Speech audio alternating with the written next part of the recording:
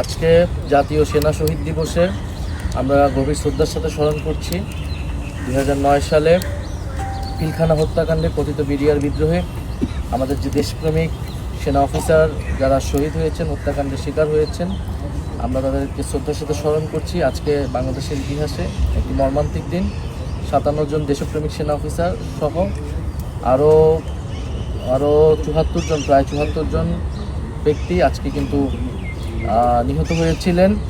এবং 2008 সালের যেই পরিকল্পিত ষড়যন্ত্রমূলক ইলেকশন, সেই ইলেকশনের মাধ্যমে আওয়ামী লীগ প্রথম টার্গেট করেছিল বাংলাদেশ সেনাবাহিনীকে, এই প্রতিষ্ঠানটিকে। কারণ বাংলাদেশের গণতন্ত্র, বাংলাদেশের স্বাধীনতা, সার্বভৌমত্বের রক্ষায় সবচেয়ে বেশি অগ্রণী ভূমিকা রাখতে পারত এই সেনাবাহিনী। ফলে সেনাবাহিনীকে দুর্বল করা এবং যে একটা মাস্টার প্ল্যান নিয়ে 2008 সালে আওয়ামী লীগ ক্ষমতা এসেছিল, ফ্যাসিবাদ কায়েম করেছিল, সেই পরিকল্পনার অংশ হিসেবে শুরুতেই সেনাবাহিনীর বিরুদ্ধে এই নকশা ষড়যন্ত্র চালানো হয় এবং যার সাথে জড়িত ছিল পার্শ্ববর্তী দেশ ভারত এবং বাংলাদেশ আওয়ামী লীগ, ফ্যাসিস্ট আওয়ামী লীগ, তারা এই পরিকল্পনার সাথে সরাসরি অংশ ছিল।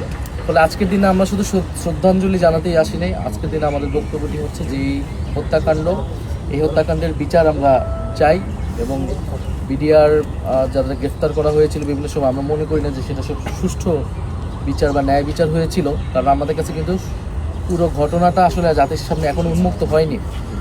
ইন্টারিম গভর্নমেন্টের সময়ে তদন্ত কমিশন করা হয়েছে। আমরা চাই সেই তদন্ত কমিশন পুরোটা উন্মুক্ত হবে জাতির সামনে এবং সেই অনুযায়ী তার যে সুপারিশ থাকবে তদন্ত কমিটি, সেই সুপারিশগুলো বাস্তবায়িত হবে এবং জাতি ন্যায় বিচার হবে। সকলেই ন্যায় বিচার হবে, যারা ভিকটিম তারা ন্যায় বিচার পাবে, যারা দোষী তাদেরকে যাতে বিচারের আওতায় আনা হয়। আজকের দিনে এটাই আমাদের চাওয়া, এই নতুন সরকার তারা যাতে ইন্টারিম গভর্নমেন্টের সেই যে তদন্ত কমিশন, সেই তদন্ত কমিশনের রিপোর্ট অনুযায়ী কাজ করে।